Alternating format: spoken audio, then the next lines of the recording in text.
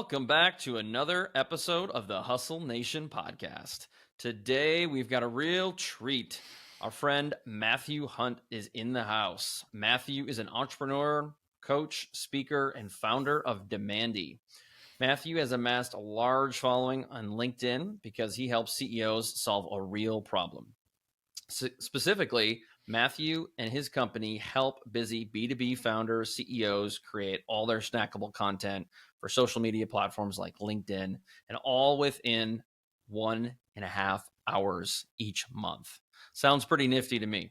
After battle testing this process with over 60 CEOs, he's created a LinkedIn demand generation system that is predictable and duplicatable.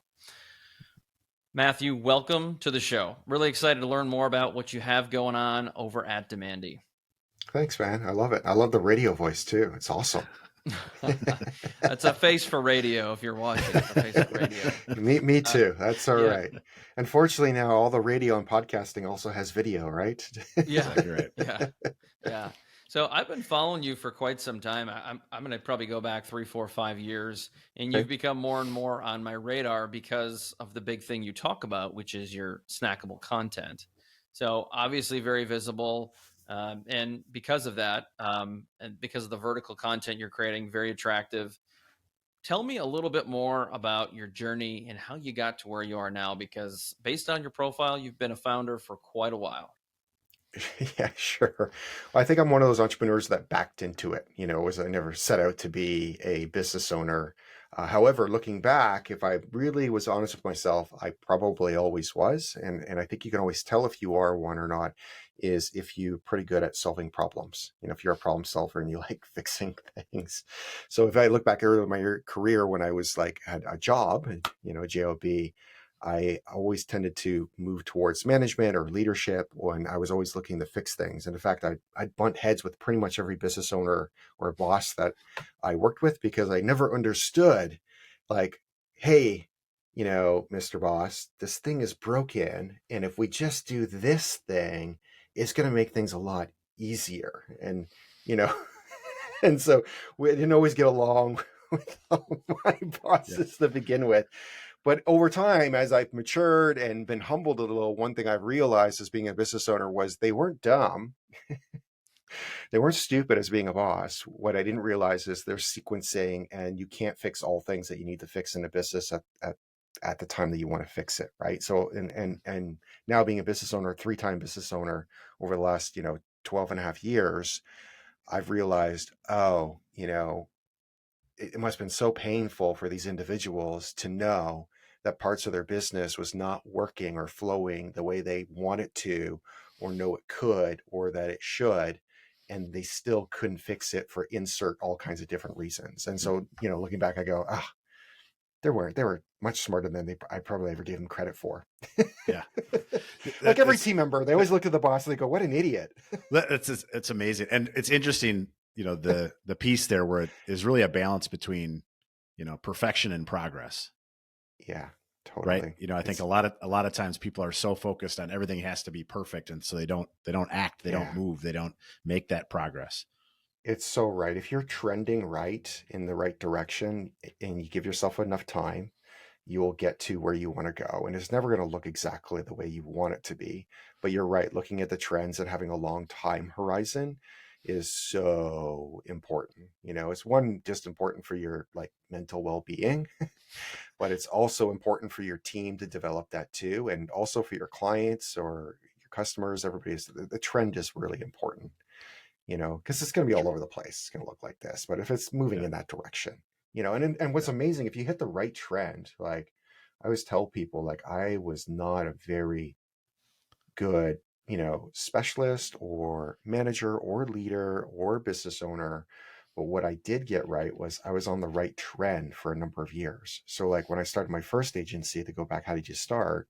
It was in 2007, I built my first landing page and taught myself how to do Google AdWords by reading a book written by Perry Marshall, The Definitive Guide to Google AdWords, and I like totally was crushing it in my job by leveraging that process. And then, as it developed, I was like, I could do this for others. And then it led to other, and because I just rode the tech train for the last 20 years, like I'd almost have to be a complete moron to screw it up. Like, I mean, just, I'd have to be the stupid person in the village. You know what I mean? But if you're not the stupidest person in the village and you're in the right trend, you will do well no matter what, even being bad at it, because I have been terrible at all of those things along the way and still did well. Right? Yeah. Yeah.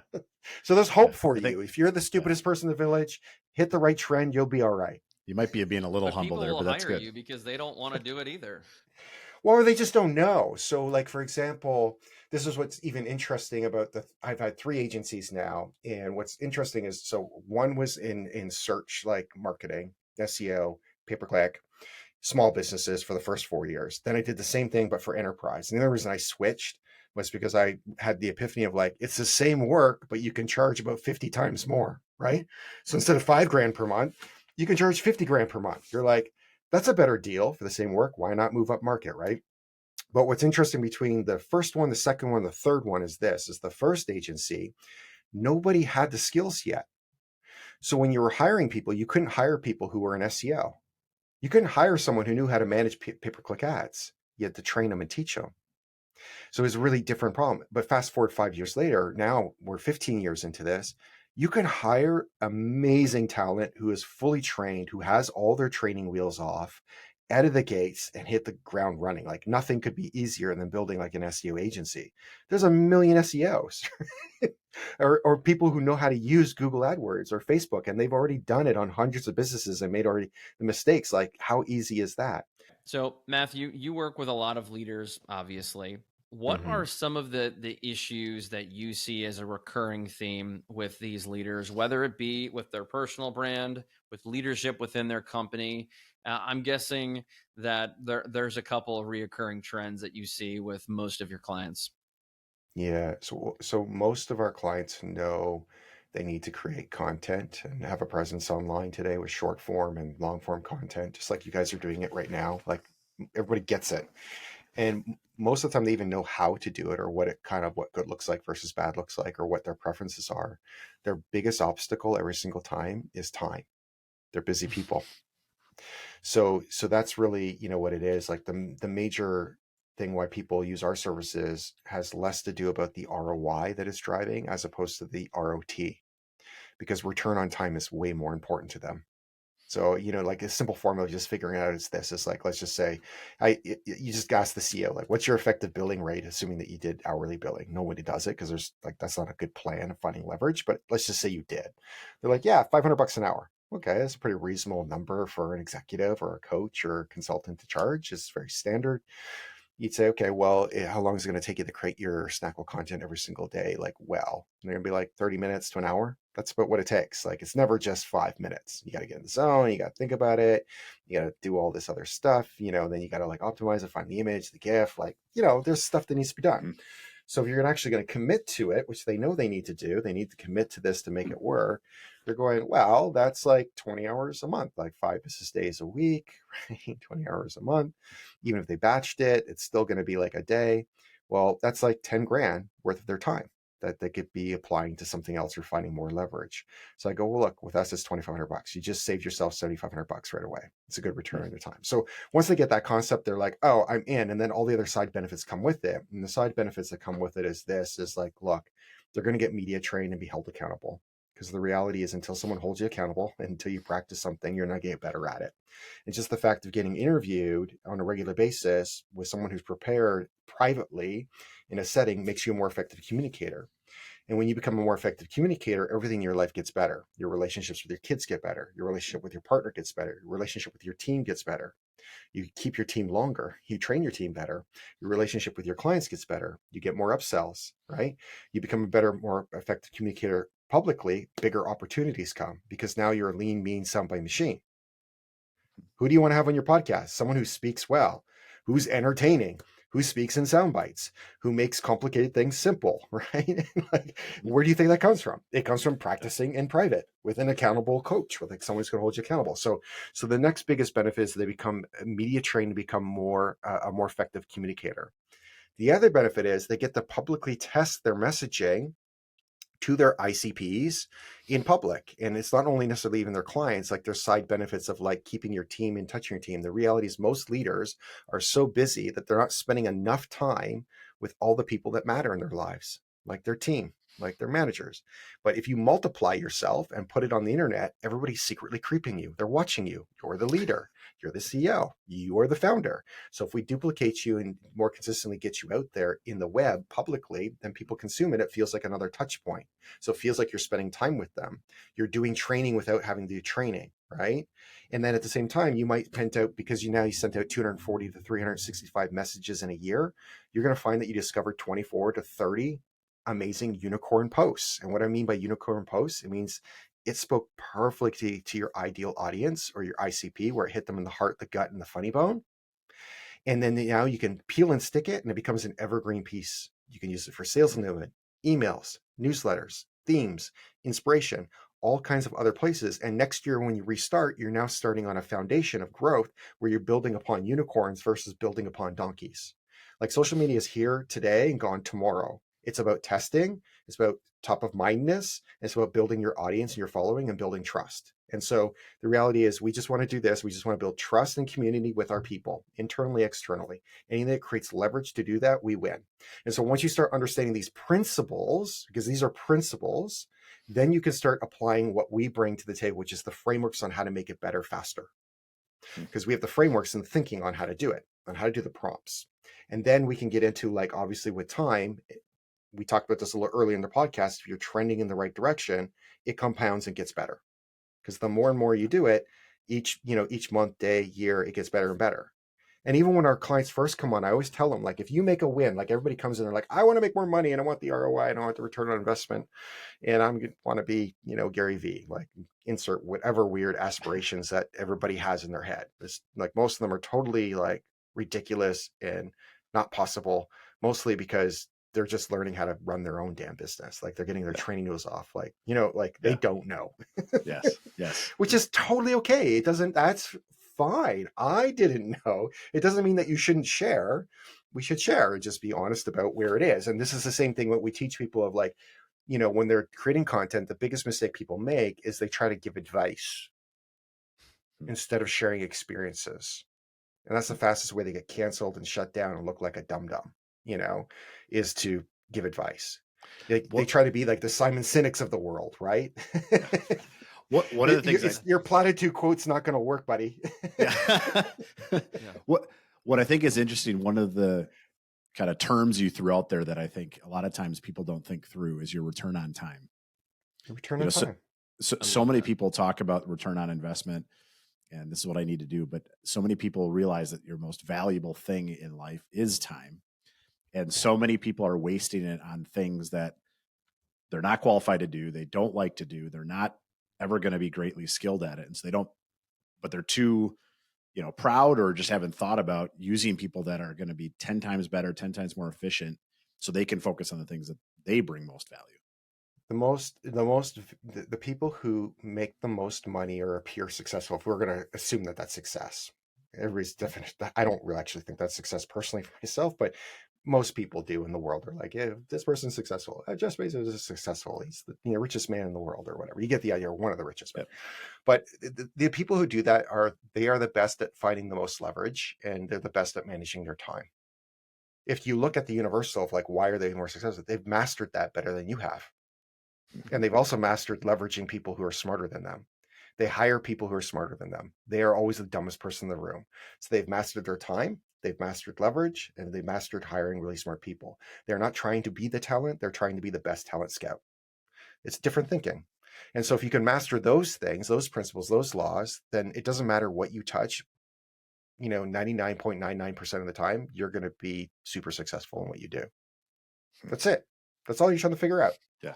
And this is one piece of it. Like, personal branding, you can't outsource 100%. It's still got to be you. It's called personal. Right?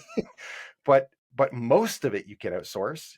Like if you are spending more than an hour and a half on it per month, it's probably too much time, especially for stuff that's going to be here today and gone tomorrow. You're testing.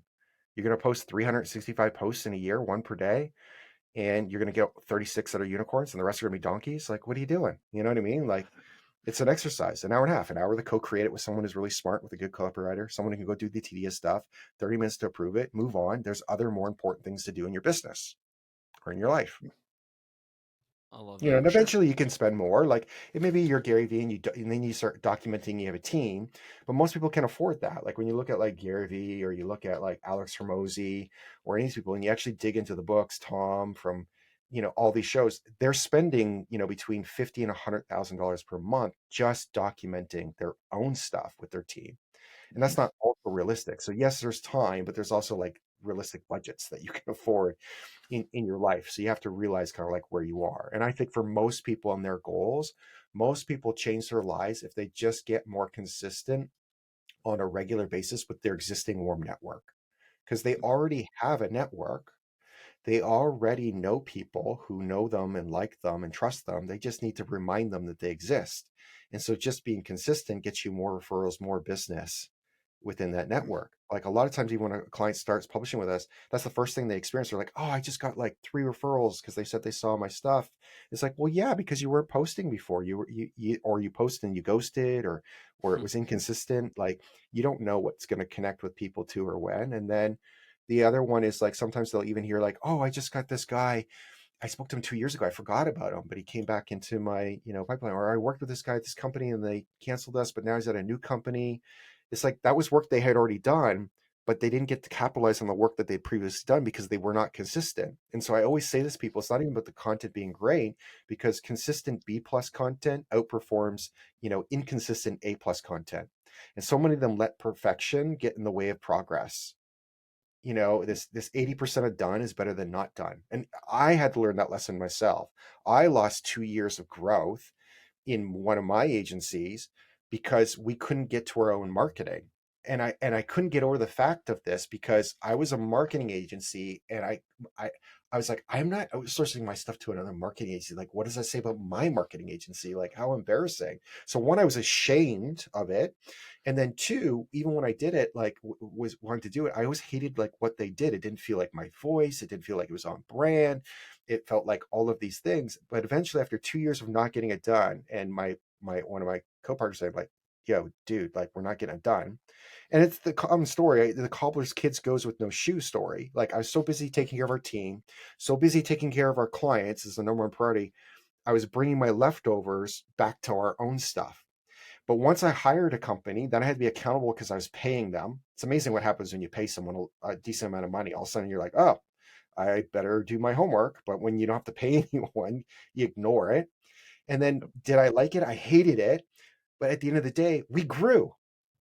I thought it was terrible. I didn't think it was good. I was embarrassed by it. I hated every minute of it. But the fact is, we grew and we didn't grow before that. 2 years of missed opportunity because I didn't outsource it to someone else and because I couldn't get over my own damn ego and my own damn hang-ups.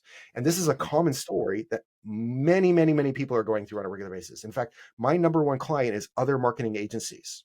75% of my clients are marketing agency CEOs who do marketing for other people, but they come to me to do their marketing for them. And they don't even like what I do for them all the time, but they stay because I hold them accountable. Yeah. Yeah. Right. And because it's a It- return on their time and it's working. Like, so it's funny, right? They'll be like, "You're awesome, but I don't quite like this. It doesn't quite feel it. But are you going to quit?" No. It's so funny.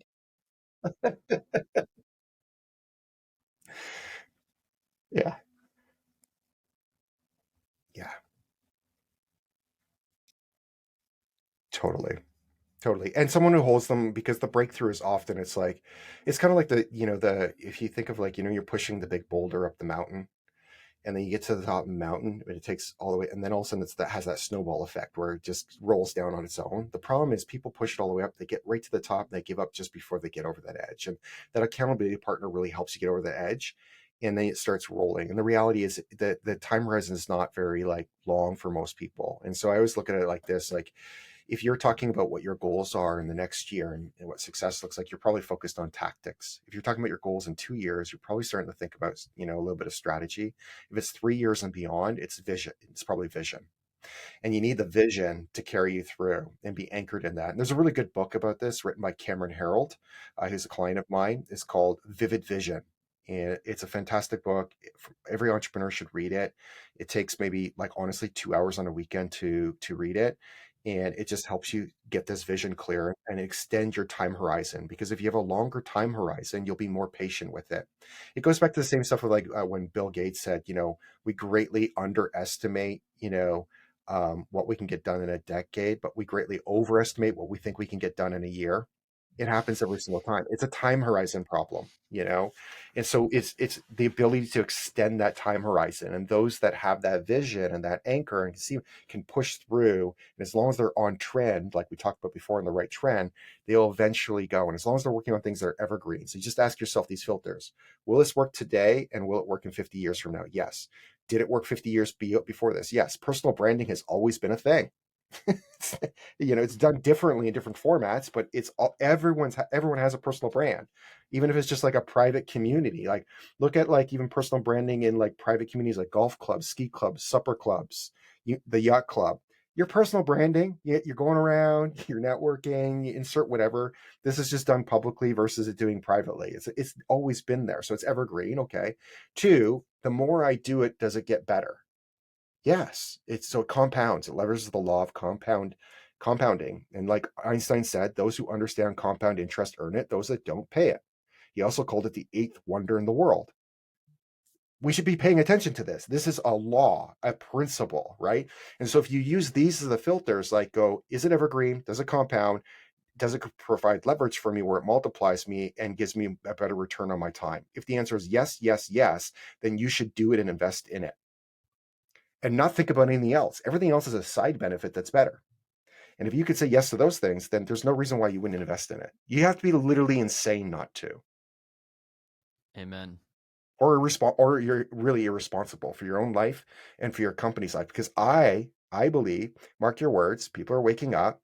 And even though this is, like, already been 15 years in the making with social media and other stuff, that if you are a founder or a CEO in the future and you do not have a personal brand, it'll be frowned upon and irresponsible. I wouldn't even give someone my money to invest in their company if they didn't take this seriously. Yes. I love I know that. it sounds harsh, but it is what it is. Like what you can do? Hide behind your desk. Find someone who's going to be the face of the company that you can stretch it far and wide, because we buy from people and we want to follow people. And, and honestly, you should teach everybody in your company to do it too. I know people are scared to do this sometimes, but the smart companies are catching wind of this and understanding the new way of social selling, and through creators and your team, and teaching them to have the courage and giving them the skills to do this and share more.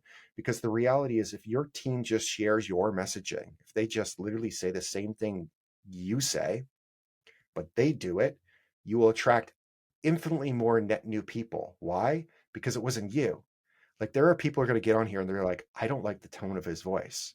Or, dude, I used to date someone who looked like him. He's a total, like, they're going to hate me. And there's other people who are just going to love me. They're like, they just connect with it. But if I take the same message and I give it to someone else on my team, like Jivan, well, she has a different audience. She looks different, sounds different, has different tones, saying the same information, attracts a net new audience that compounds towards my organization. So the next level is, like, not only now you've duplicated yourself, how do you do that with everybody? And this is what's going to happen in the future. This is the trend we're on with AI and everything else. What's going to happen is we're going to start making one person's ability to be able to do things times 10. And so we're going to have deflation in how many people you need, but you're going to hire really, really smart people who are really open to, who are courageous and creative. And you're going to hire me to help them multiply them. And you're going to use AI to give them infinite assistants and agents to be able to just do all this work in the background for them, to make that really, really, really smart person really, really efficient. And everyone's going to have to learn these new skills, but that's literally what's going to happen. And the companies that figure out are going to be able to build these, like, crazy companies for like 10 people. It's going to be like $100 million a year, 10 people. You're going to be like, how is this possible? It's like, yeah, that's how. because they AI understand and these smart principles. people. Really smart people. Yeah, you want to hire the smartest damn person ever and give them every tool in the book and let them go do that thing. And if they just do the same thing that you're doing, like imagine as a founder or CEO, if you could just multiply yourself like that through people and through AI and through these mass media tools that you have, like you're unstoppable. And it's never been easier or cheaper to do. So, Matthew, you talked about vision there for a while. And to me, I'm in marketing. I work with marketing, my Yeah, clients every day. And I oftentimes will ask them, what is your vision? And if I'm fortunate to be in person with them or on Zoom, every single time, and I'm not kidding, every single time the client does this look around where they kind of turn their head and yeah, they're thinking, they're trying to think of an answer real quick. And I'll call them out and I'll say, you don't have a vision. yeah, Or they will, no, I have one. It's, I want more downloads. I want more subscribers. I want to grow my yeah, business. I said, well, all I heard you say was, I want, I want, I want. Now, that's yeah, not a plan, not a goal, not a strategy. yeah, I think that the vision is as important as anything. But I would say whether it's 1 year, 2 year, 5 years yeah. down the road, you need a vision, a strategy, and an implementation plan, right? Totally. Yeah. This is another reason why I Because tell that works people to toward what you're going to do every day. totally. It's this is why I tell people all the time that they should read that book, Vivid Vision, because it goes through the process on how to go about doing this. And if you do look at all the different companies out there, whether it was like Nike or, Microsoft or Google, it's they have clear visions. Like Microsoft's is like put a computer in every home, right? And Google's was to make the world's information accessible at your fingertips, right? Make it like there's a bigger mission at point. And so you have to figure out what yours is. It doesn't have to be as big as that, but for sure you need to like understand it. It needs to be based on like your customers, not yourself, not like you said, not the I statement, right? And so for ours is like very simple. We I chose this actually this third time around. So what I did realize after having three businesses is, for me, I had this opinion, I'm like, oh, businesses come and go, like life changes. So I was like, when I build the next one, I want to make sure whatever I build it towards is the audience is an audience that I love and that I'm always gonna like enjoy being around. So I thought about this because I did small businesses, I did enterprise, and then I looked around like what I was doing in my extra hours. I was like, oh, I was really hanging around with other entrepreneurs and founders. I just love them.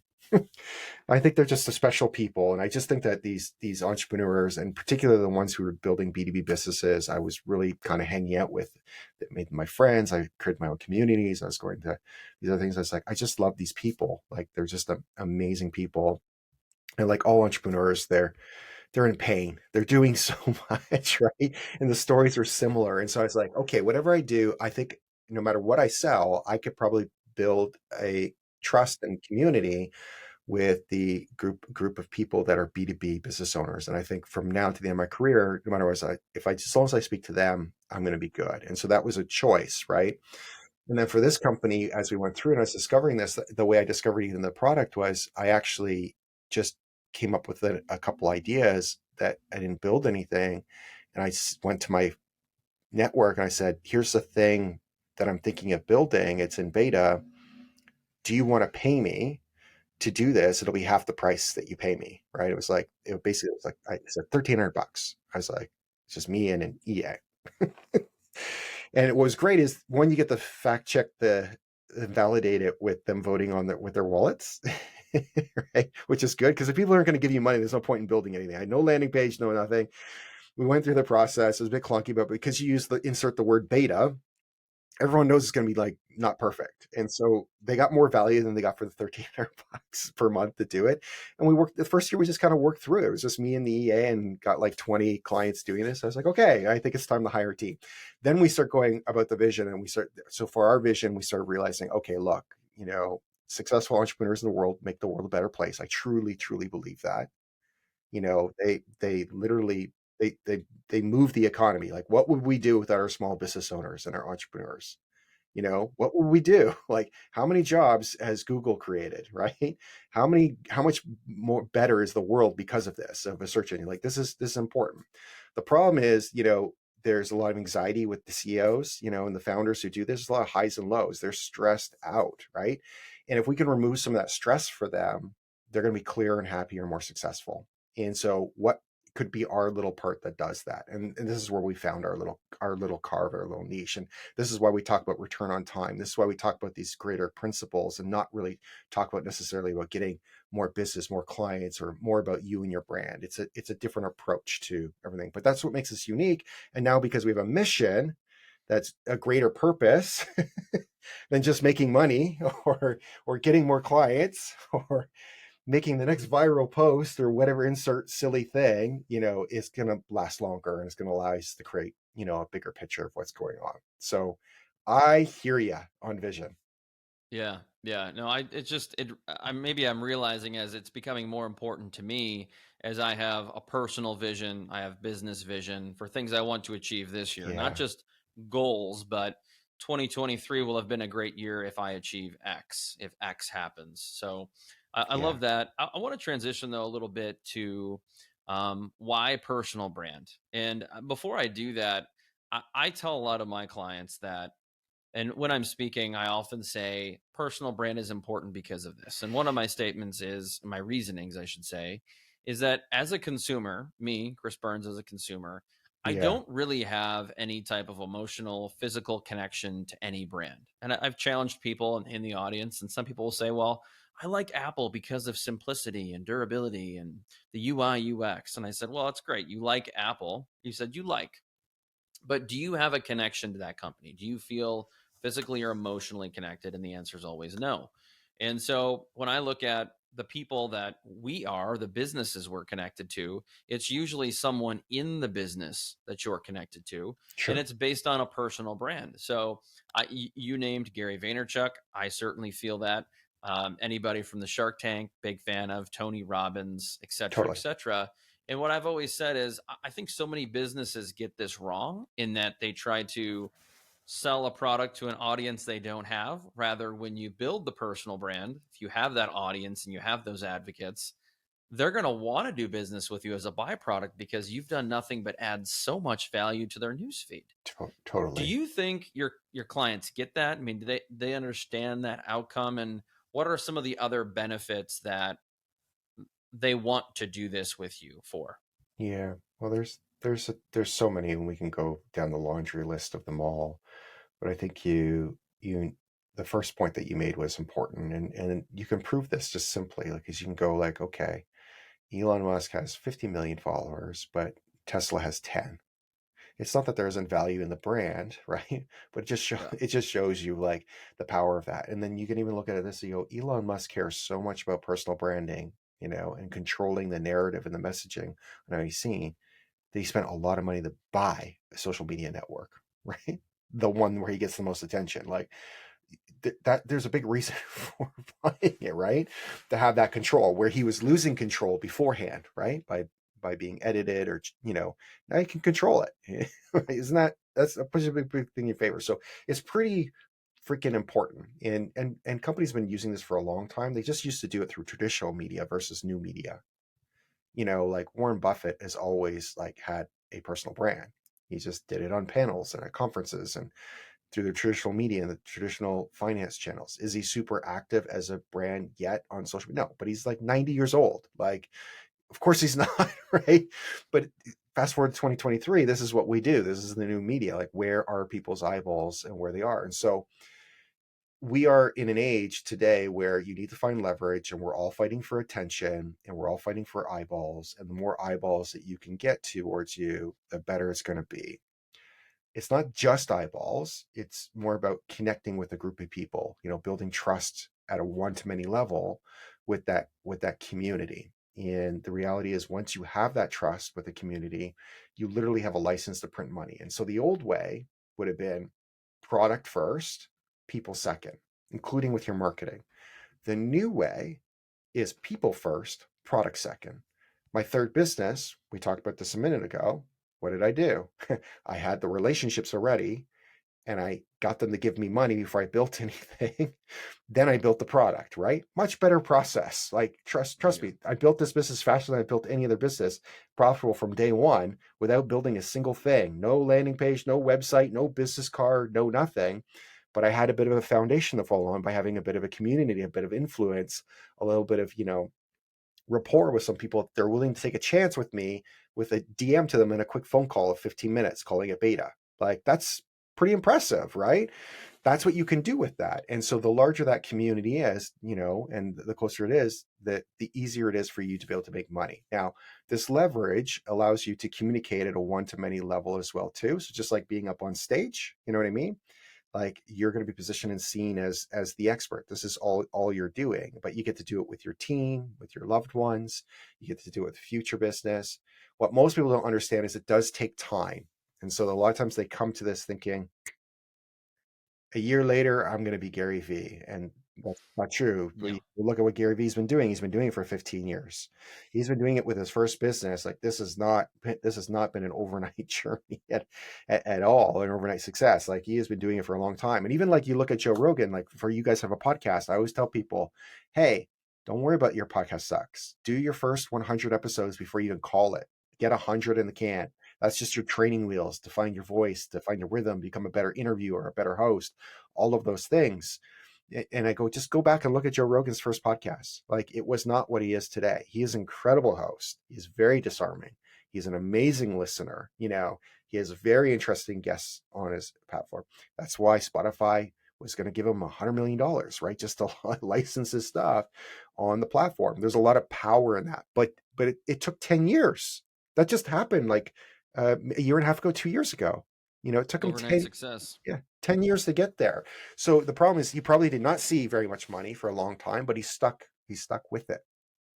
And so, this is what it is. It compounds, and it's just like compound interest. Like, go ahead and look at Warren Buffett's wealth and put it into a bar graph and look at it over time. You're going to see that, he did not make a lot of money, he still had millions, but don't get me wrong, like, it didn't look like billions, right? Until the last 15, 20 years. So he's 90, it wasn't until he was 70 before you saw it shooting through the roof, So again, it comes back to this theme that we're talking about today, is this time horizon and expectations and understanding these laws of compound interest. But if you get this, and once you get it and you stick with it, you'll never stop doing it, and nor should you. I think it's just find an audience that you're just going to always love to help and speak to, one that makes you happy. Well, that's the trick. If that's the case, you'll never feel like you're working, because you truly Yeah, love what you do. That's a totally. great way to wrap it up. This conversation could easily go on for hours, and I wish we had the time and didn't have something right after this, but I'm very thankful that you joined the show today. Before we let you go, can you tell people where they can find you and a little bit more about your company, Demandy? Sure. Yeah, there's only two places you can find me on purpose. You can go to demandy.com. So that's demand, and then it ends with 2 i's.com. Or you can go to LinkedIn. It's the only social media website that I'm active on, and I am very active. And if you message me or comment or follow me, you can get me there. And maybe one day I'll expand beyond those two things, but right now that's all I need to be able to achieve my current goals. And so those are the only two places you'll need me. Hey, and that's another great takeaway, is you're focusing on quality over quantity. Yeah, totally. And where your audience is, and that is where you are. And I love that as a final thought. Just as we wrap up, that was a great conversation. Be a marketing person. I love to talk to marketing people, especially personal brand operations. And I hope we can have you back on the show again soon. That'd be awesome. Thanks, Chris. Thanks, Dustin. Thank you for listening. Thank you for downloading, subscribing. We appreciate your ears. Have a great day. Peace.